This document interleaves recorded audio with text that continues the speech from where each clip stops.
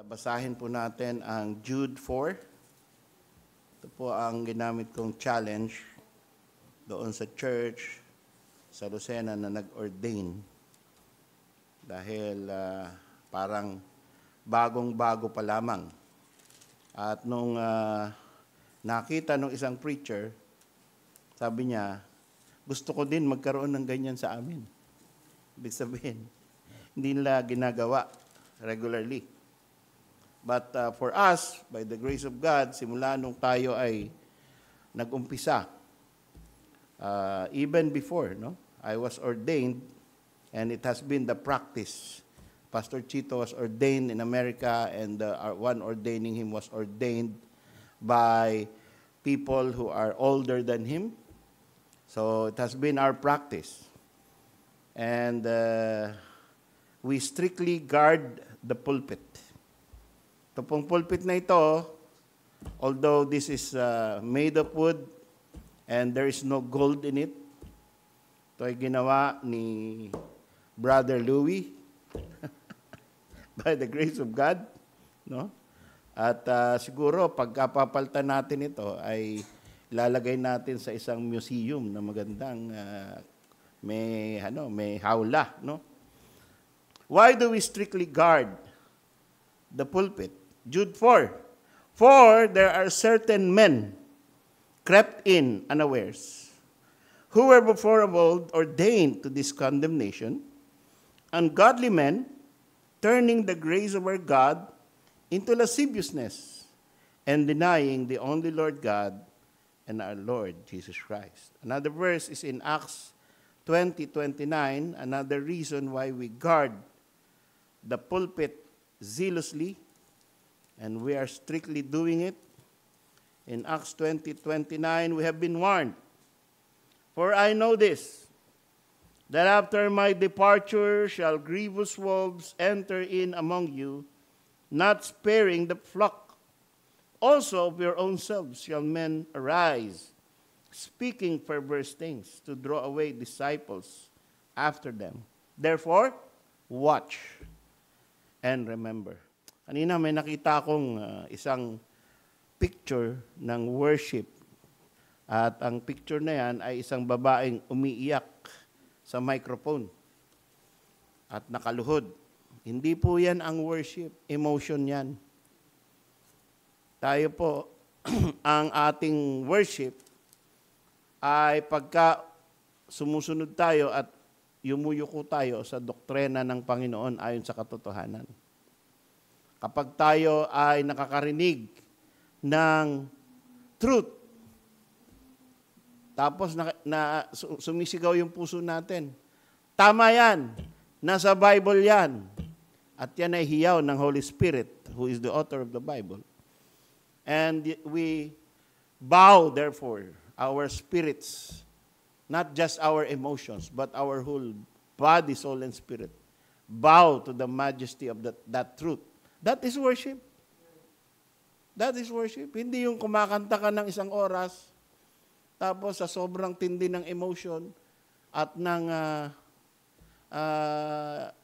emotional motivation, ay napapaiyak ka, kahit di ka sana iiyak. Naalala ko, nung kami ay pumasok sa Corsilio, sa Tondo, walang umiiyak. So, appeal na appeal yung pare for our emotions. Mga bata kami. Third year college. Walang umiiyak. Pinatugtog na yung anak. Nang isilang ka sa mundong ito. Tapos, nalagaan ka na yung nanay. Iyakan na lahat. Hindi worship yon. It is just emotion. No? So, na-trigger. Pagkatapos nun, balik sa dating ugali. Yung may kasamahan ako na nagkursilyo at ang panalangin ng kanyang magulang, pagkatapos magkursilyo, hindi na siya bakla. Nagtestimony siya. Sabi niya, kaya po ako nagkursilyo dahil gusto ng aking magulang magamot ang aking kabaklaan. Pero ayaw talaga. Sabi nung pare, okay lang yan. So, kung ano-ano na lang eh. Di ba? That is the kind of pulpits that we have today. And even in Baptist churches. Nakita ko kanina yung advertisement ng Bible Mode International. Yung mga pinalayas na pastor, andun. Yung mga bumagsak na sa tulay. Yung mga kinast out na ng kanilang church. Pero dinimanda yung church kaya nakabalik. Yun yung mga kasama nun. No? Kaya, sabi nung mga nag-comment, ay, kung yan lang mga yan ang magiging mga speaker, ay, ayoko umattend. Buti naman at natatauhan na yung Baptist world. That pulpits should be guarded because there are certain men crept in unawares. Di natin alam kung save ba yung mga yan o hindi. Save ba yung isang tao na mga abuso ng member pagkatapos kwento pa at pagtatawanan? Save ba yun? Tapos they will speak about righteousness in the pulpit. So, yun ang hindi, yan na ngayon yung parang malalaki, maraming kotse, maraming sinusuportahan, maraming pera, pero ganun ang ugali. Tapos yung na-abuse nila, hindi magsusumbong dahil parang tinanggap na lang na pwedeng gawin yun. At nandun pa rin, kasama nila. Imagine that. So, these are certain men being prophesied by Jude na nakawala na sa pulpit. Hindi na sila maawat. Pastor pa rin eh. And hindi na sila maalis dun. Dahil tinanggap na ng mga tao na talagang sila ay ordained. Pero ang sabi ng Bible, these certain men crept in unawares, gumapang na hindi akalain ng mga Baptist or ng mga churches na sila pala yung ordained at sabi rito, who were before of old ordained to this condemnation. Meron palang dalawang klaseng ordination. Ordained to the ministry of the gospel and ordained to condemnation. Talagang pinayagan ng Panginoon na sila ay makapasok at ang kanilang trabaho ay palabuin ang pananampalataya. Ungodly men. At makikita mo sa kanilang works of ungodliness. Nanghahawa sila. At pinoproteksyon na nila yung kapwa nila ungodly. Pagka may ungodly, sa kanila tatakbo. Tapos, bibigyan na naman ng bagong gawain. At secret lang yung nakaraan.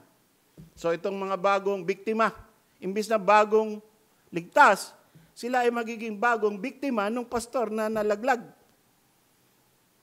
These are ungodly men. Bakit ko sinabi yan? Prophesied na dito sa Jude 4 na may mangyayaring ganyan eh. At ano ang kanilang characteristic? They turning the grace of our God into lasciviousness. Tingnan nyo sa Tagalog yung word na lasciviousness. Kabastusan. Sexual immorality. Lasciviousness. Pagka ikaw inakusahan ng acts of lasciviousness, ibig sabihin, dinisplay mo yung katawan mo, no? At gumawa ka ng mga something na nakaka-insulto sa social fabric or moral fabric, and you're doing it in public, those are acts of lasciviousness. At they turn the grace of our God into lasciviousness. Ibig sabihin, binubulungan nila yung biktima nila na okay lang yan. Both men and women. May mga pastor na dahil nagsawa na sa babae, pati lalaki, papatulan na. And some of them are sadly Baptists. And we don't know. Some of them are projecting an air of morality. Morality and democracy. Yun ang ibig sabihin ng Bible mode. No? Morality and democracy. Pero, how can you be preaching morality, pero ang mga kasamahan mo ay mga immoral na lumaglag at tapos nagpipilit maging pastor pa din. At pagkasukdulan na yan, ito na susunod, denying the only Lord God and our Lord Jesus Christ. Kumbaga, sa isip ng isang tao kasi, no, parang, alam mo may Diyos, pero hindi ka na natatakot eh. Kumikilos ka na ng walang takot sa Diyos eh. Kaya ginagawa mo na with impunity ang corruption, ang abuse, and then you preach righteousness. Ba? Hindi ka nagkakaroon ng nervous breakdown or bigla ka na lang babagsak. Wala siya nakikitang ganun eh. Wala siya nakikita na may pastor na gumawa ng kalokohan tapos biglang namatay. Ang nakikita niya, yung mga lumalaban sa kanya, yun ang nagkakaroon ng problema. That is why they become callous and they deny the only Lord God and our Lord Jesus Christ. They deny, pinagkanulo para si Judas. No? Hindi na sila natatakot. Kaya anong sabi? Therefore, watch and remember. Sa Acts 20:29-31 or Acts 20:31. Therefore, watch. Therefore, guard. Because lahat tayo ay susceptible na pwedeng mangyari yan, hindi exempt ang SGBCI. Because this is a church. Ginagawa yan, nangyayari yan sa totoong church. Sa false church, given na yun. Na ang mga false churches gagawa ng kalokohan. Dahil they are not of the truth. Pero bakit winawarningan ni Jude yung mga true churches? Itong warning na to ni Jude at saka ni Paul, para sa mga totoong church. Di naman yan para sa false. At alam niya na yung mga true magiging false because of certain men crept in unawares. Kaya harsh minsan si Paul, pinapangalanan niya. Hymenaeus and Alexander and all the other people, mali ang turo, pero well-known preachers kasama niya, tinuruan niya pa siguro yung mga yun, siguro estudyante niya yun. Tapos in the future, nung natuto na, nagkaroon na ng sariling mga gawain, nag-isip na sila na parang mali yung pastor ko, mali si Pastor Paul. At libre naman, wala naman kami central authority, wala naman Pope. So, kahit tinuro ni Paul, pwede ako magturo ng sarili ko na nakakaiba. Kaya Paul has to warn. In guarding the pulpit, he has to warn that there are certain men, there are people who after my departing they will be grievous wolves who enter among you. And also of your own selves, member ng church ninyo, shall men arise, speaking perverse things. Pervert. No? They pervert the truth. Like, women, pwede rin magsalita, pwede rin maging pastor ang babae. No? Sino nga ba ito? Meron akong, yung kakilala natin na,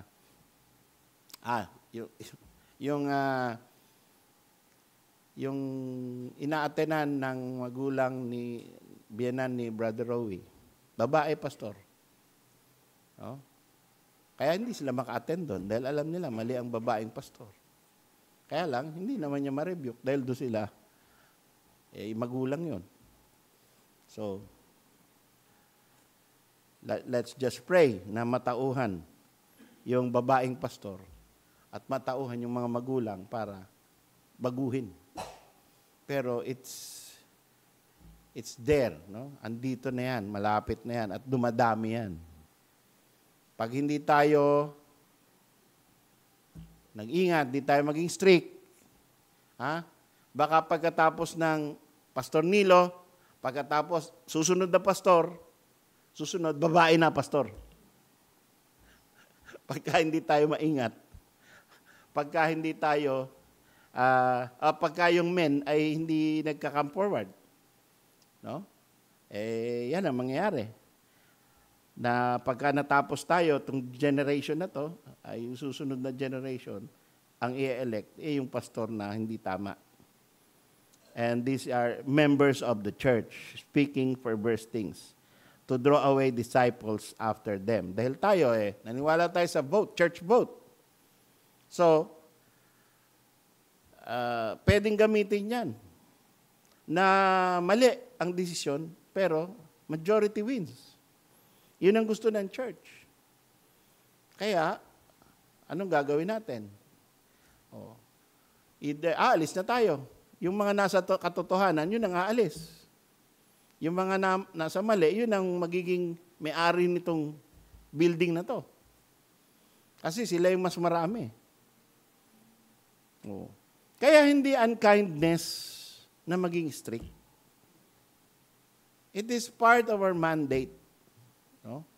Huwag tayong ma-offend pagka meron tayong tinitirang false doctrine. Siyempre, pag tumira ka ng false doctrine, para mas malinaw, sasabihin mo yung tao nagtuturo ng false doctrine. Hindi pwedeng puro ka na lang blind item.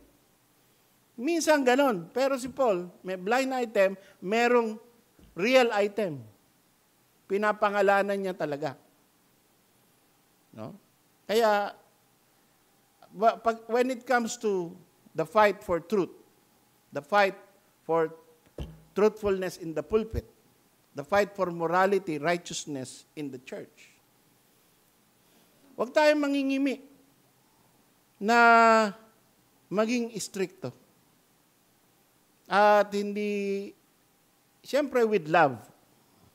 Diba? In love, esteeming others better than ourselves. Balance yan. Hindi yung puro rebuke ka na lang ng rebuke. Hanggang sa wala ka ng mercy, wala ka ng love, namamahiya ka. No? Dahil sabi mo, I am fighting strictly to guard the pulpit. No? Siyempre, may balance. Pero, mas primary, mas utmost, mas mataas ang value noong paggwardya sa pulpito. At yan po ang dahilan, kaya ang dami ng gera na nangyari sa mga New Testament churches through the years. Nag-umpisa tayo ng 30 AD. Andito pa ang ating Panginoon, the one who started the church. At habang nandito pa siya, ang dami ng mga perverse things. Apostles still alive, ang daming perverse things. Kaya ang dami na ring warning. Buhay pa ang mga apostol. At pagkatas ng 100 taon, patay na lahat ng mga apostol, dumami ang perverse things lalo. Kaya through the years, meron laging clash between truth and error. Laging merong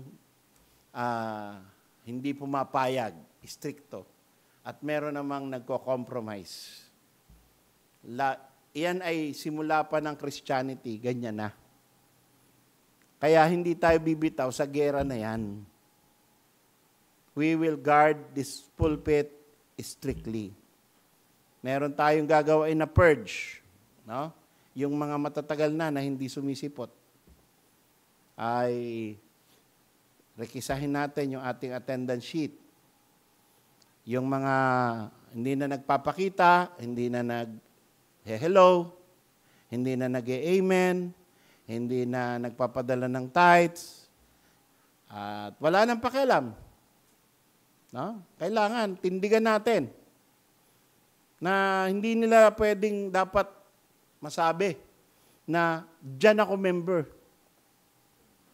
Dapat pagka alam nila na dito sila member, pero discipline sila. Dapat alam nila yun. Papadala natin sila ng reminder, ng sulat. Within 1 month, we have noticed na kayo ay negligent sa inyong membership. So within 1 month, please tell us why you still love the Lord, you still love the church, you still know the doctrines, and you want to still be part of the church. No?